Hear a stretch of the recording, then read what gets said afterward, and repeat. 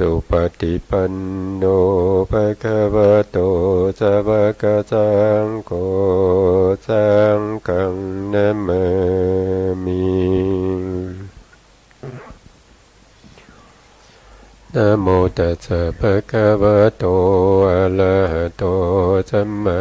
สัมพุทธัสสะนะโมตัสสะภะคะวะโตอะระหะโตสัมมาสัมพุทธัสสะนะโมตัสสะภะคะวะโตอะระหะโตสัมมาสัมพุทธัสสะสัมมาสัมพุทธมัตตุลังสัสสะธัมมาคานุตมังอาภิวาทิยาปาติสังอาภิธัมมัตถสังฆัง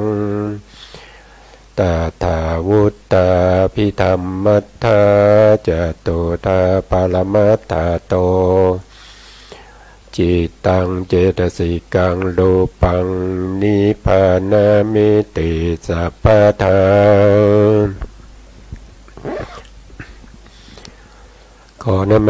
ขอกราบนมัสการพระมหาเถระพระสังฆาธิการ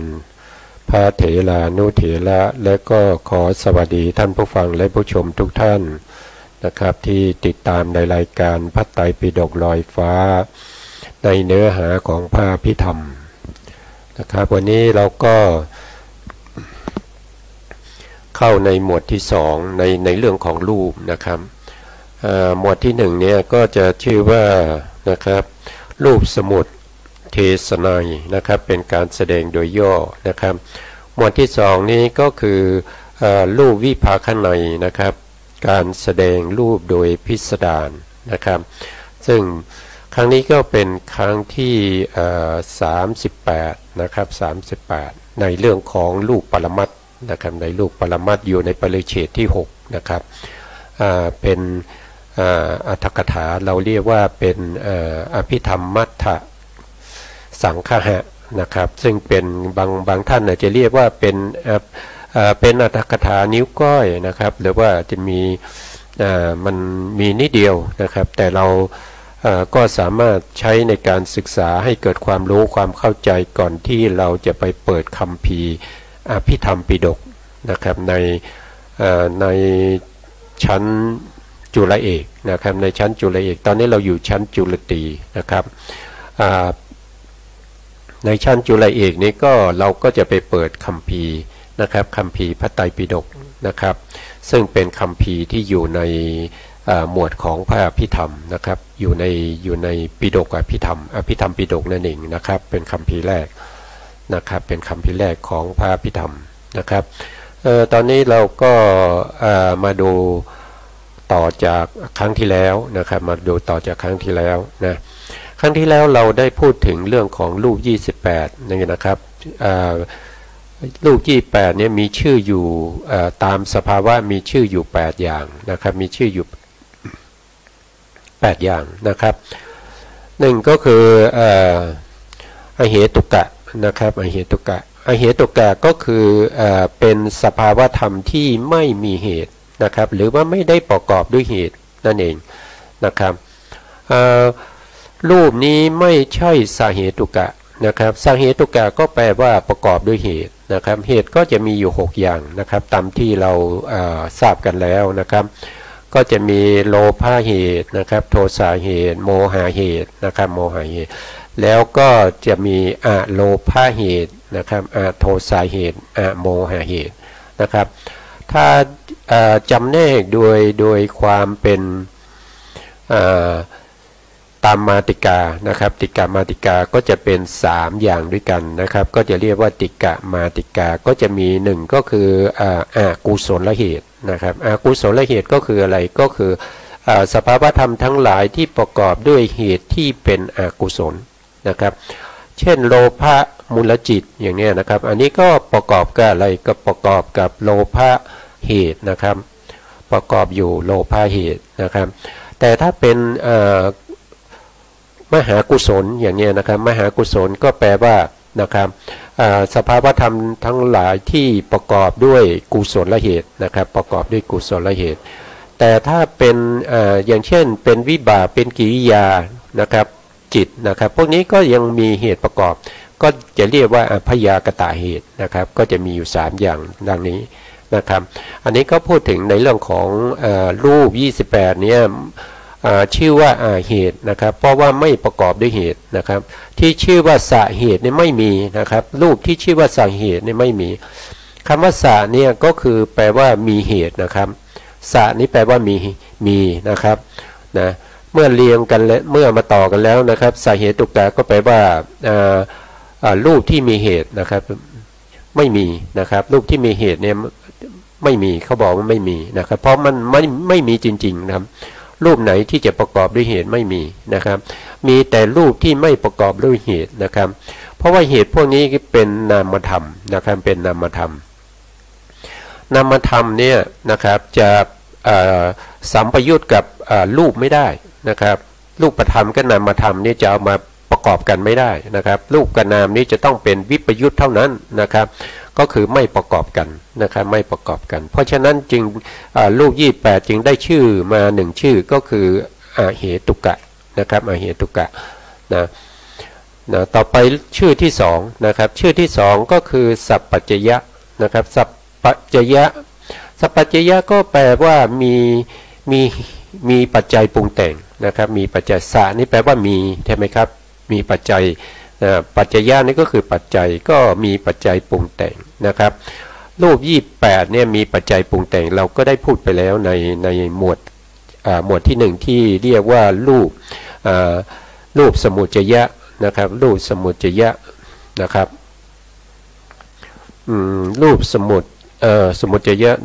รูปสมุทเทศนัยนะครับพูดง่ายก็เป็นรูปสมุทเทศนัยนะครับเราได้พูดไปแล้วว่ามีปัจจัยปรุงแต่งอยู่4นะครับปัจจัยปรุงแต่ง4คืออะไรนะครับปัจจัยปรุงแต่ง4ก็คือ1ก็คือเกิดจากกรรมนะครับ2ก็คือเกิดจากจิตก็คือจิตตชรูปทั้งหลายนะ3ก็เกิดจากอุตุนี่ก็คืออะไรก็คืออย่างเช่นอุตุปัจจยะอุตุอย่างนี้นะครับหรือว่ากรรมปัจจยะอุตุนะครับที่เราพูดไปที่เราเรียนไปแล้วนะที่เราศึกษากันไปแล้วนะแล้วก็อีกอันหนึ่งก็คือรูปที่เกิดจากอาหารนะครับรูปที่เกิดจากอาหารนะครับก็จะมีอยู่4อย่างนะครับปัจจัยที่ปรุงแต่งให้เกิดรูปเนี่ยมี4อย่างมีกรรมมีจิตมีอุตุมีอาหารนะครับเราก็ว่ากันไปแล้วนะครับรูปที่ไม่มีเหตุไม่มีนะครับรูปที่เกิดขึ้นมาลอยๆเนี่ยไม่มีนะครับปัจจยะนี่ไม่มีนะครับปัจจยะไม่มีนะเราพูดถึงรูป28ที่มีอินทรีย์นะครับที่เป็นอินทรีย์มีชีวิตนะครับมีชีวิตมีวิญญาณนะครับของแต่ถ้าเป็นอย่างเช่นต้นไม้นะครับต้นไม้นี่ก็เป็นปัจจยะได้เหมือนกันนะครับเพราะว่าเขาไม่ได้เกิดจากกรรมนะเขาไม่ได้เกิดจากกรรมนะเขาไม่ได้เกิดจากจิตนะครับและเขาไม่ได้เกิดจากกัปพลีกลาหารนะครับแล้วก็เขาเกิดด้วยเหตุเดียวเท่านั้นนั่นก็คืออุตุนะครับอุตุเขาเกิดด้วยอุตุต้นไม้นะครับภูเขาอย่างเงี้ยต้นไม้ภูเขานะครับแล้วก็พวกเมฆนะครับพวกนี้เป็นปัจจยะได้นะครับแต่ตอนนี้เราพูดถึงรูป28นะครับรูป28ที่อยู่ในร่างกายของคนเรานะครับก็เพราะฉะนั้นก็จะไม่มีปัจจยะนะครับนะทีนี้ชื่อที่3นะครับชื่อที่3เนี่ยเราก็จะได้ชื่อว่าสาสวะคำว่าสาเนี่ยก็คือมาจากไหนก็คือมาจากอาสวะบวกกับสาบวกกับสวะนะครับก็เป็นจริงๆแล้วก็เป็นอาสวะนะครับเป็นสาสวะก็คือเป็นอารมณ์นะครับนะสาสวะนี่ก็คือเป็นอารมณ์ของอาสวะนะครับเป็นอารมณ์ของอาสวะนะครับรูป28นี่เป็นอารมณ์ของอาสวะอยู่แล้วนะครับอาสวะแปลว่าอะไรอาสวะก็แปลว่าหมักดองนะครับหมักดองนะครับอะไรหมักดองนะครับก็คือหมักดองเหมือนสุรานะครับอย่างเช่น รูป28เนี่ยนะครับเป็นอารมณ์ของอาสวะที่หมักดองนั้นก็คือได้แก่กามาสวะอย่างนี้นะครับกามาสวะก็คือได้แก่อะไรก็คือได้แก่ความยินดีติดใจเพลิดเพลินชอบใจในกามคุณอารมณ์นะครับตัวองค์ธรรมก็คือได้แก่ตัวโลภะที่เข้ามายินดีพอใจในรูป28นะครับทำไมถึงพอใจในรูป28ก็เพราะว่าเรามองไม่เห็นความจริงนะครับเรามองเมื่อไหร่ก็จะเห็นเป็นปียรูปสาตารูปเสมอนะครับเราไม่เห็นเป็นรูปังนะครับเราไม่เห็นเป็นรูปังเลยเราไม่สามารถที่จะแยกกระจายรูป28ออกมาได้นะครับเราจึงมองไม่เห็นความเป็นอสุภะของรูปทั้งหมด28นั้นนะครับที่เต็มไปด้วยอสุภะนะครับเพราะฉะนั้นโลภะจึงมายินดีนะครับยินดีในรูป28นะครับเพราะยินดีในรูป28นั้นมันเป็นธรรมที่เป็นเขาเรียกว่าเป็นกามานะครับกามาวจระหรือว่าเป็นกรรมคุณนะครับกรรมคุณนะครับเมื่อรูป28เป็นกรรมคุณเนี่ยเรามีความยินดีด้วยตัวโลภะนะครับโลภะก็เอาไปเป็นอารมณ์นะครับนะแล้วก็อาสวะนี่มันมีอยู่4อย่างนะครับก็จะมีกามาสวะนะครับแล้วก็มีภาวาสวะนะครับภาวาสวะก็คือมีความยินดีติดใจในรูปประพบอรูปประพบในรูปฌานรูปฌานนะครับแล้วก็อันที่3ก็คือมีทิฏฐาสวะนะครับทิฏฐาสวะก็คือความเห็นผิดนะครับความเห็นผิดนะครับก็เป็นอาสวะเหมือนกันนะครับแล้วก็อันที่4ก็คืออวิชชาสวะนะครับคือความไม่รู้ทั้งหลายก็เป็นอาสวะเหมือนกันเป็นของที่หมักดองอยู่ในวัฏทุกข์นะครับวัฏทุกข์วัฏสงสารนี้นะครับไม่สามารถหลุดไปได้ก็เพราะว่าอาสวะนี้เป็นตัวที่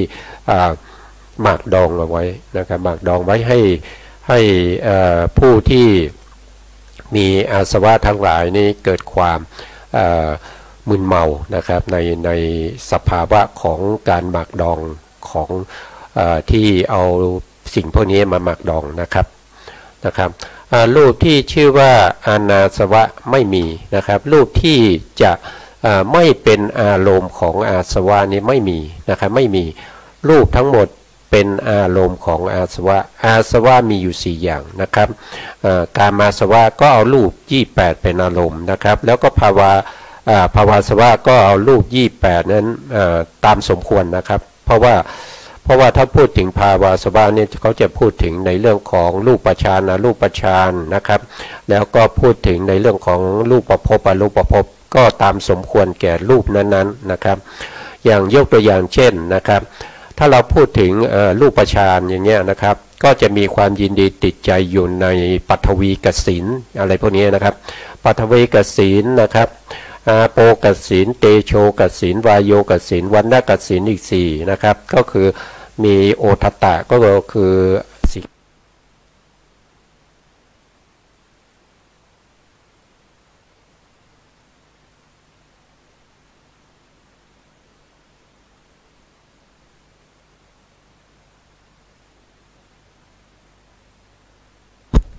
ครับผมก็โทษทีนะครับพอดีไวลอยแบตหมดนะครับตอนนี้เราก็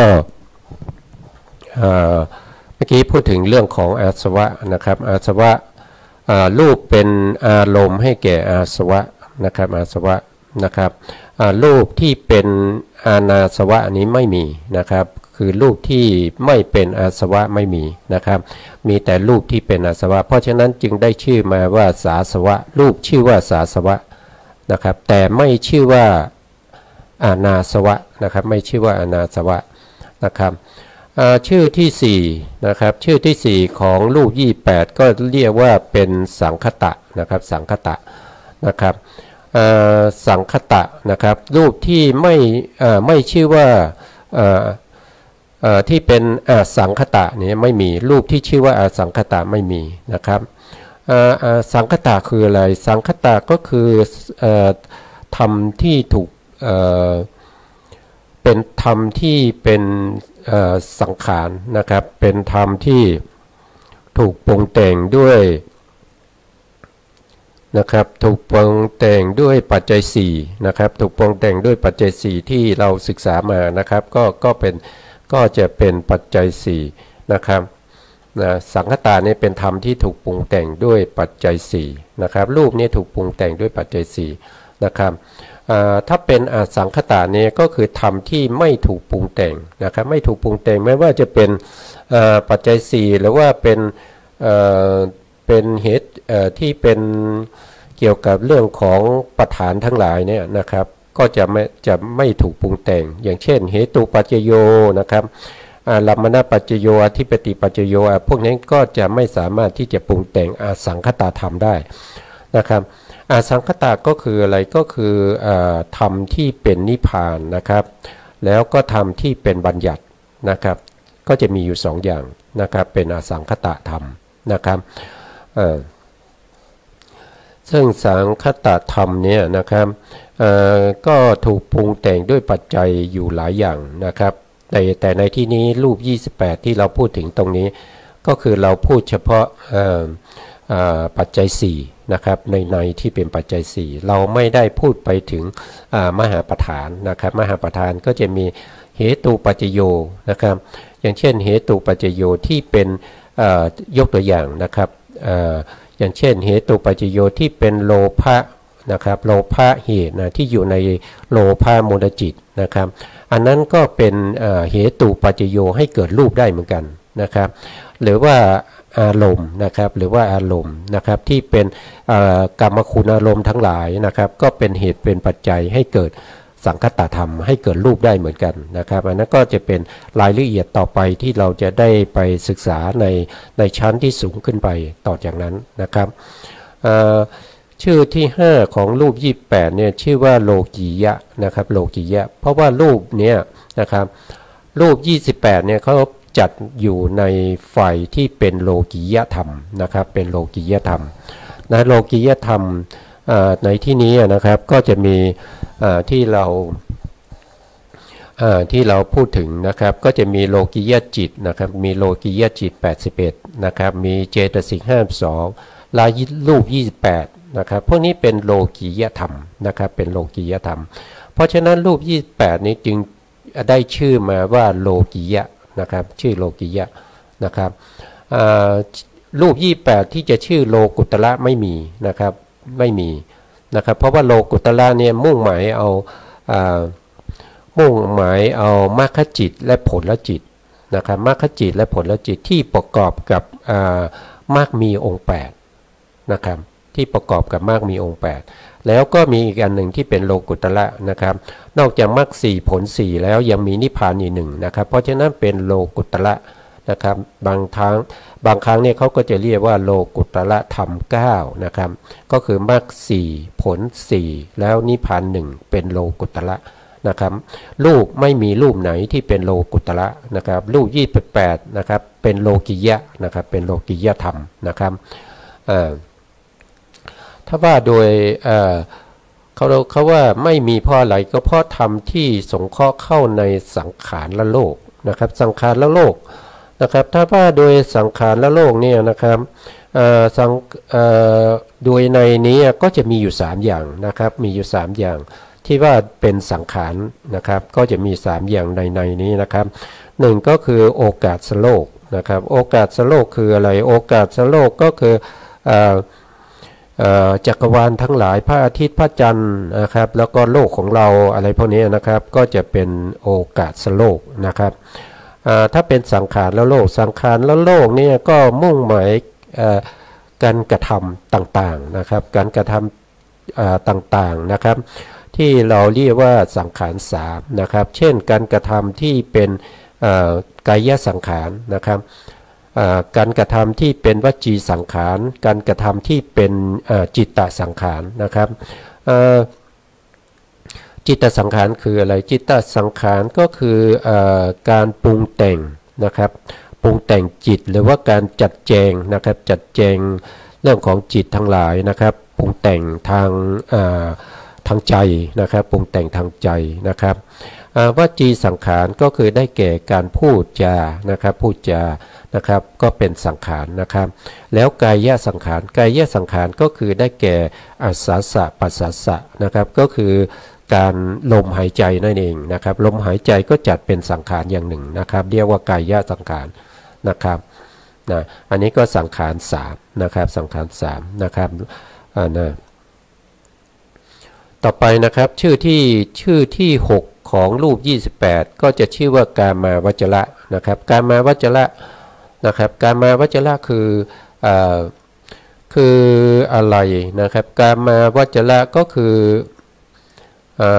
เป็นสภาพธรรมที่ท่องเที่ยวอยู่ในกามภูมินะครับอยู่ในกามภูมิเป็นส่วนใหญ่นะครับแล้วก็เป็นธรรมที่อยู่ในประเภทที่เป็นโลกิยะที่เราพูดไปเมื่อกี้นะครับก็คือพวกที่เป็นกามนะครับก็ได้แก่อะไรก็ได้แก่โลกิยะจิต81นะครับโลกิยะจิต81คืออะไรนะครับโลกิยะจิต81คืออะไรก็คือเรามาดูตรงนี้นะครับอย่างเช่นกามาวจรจิต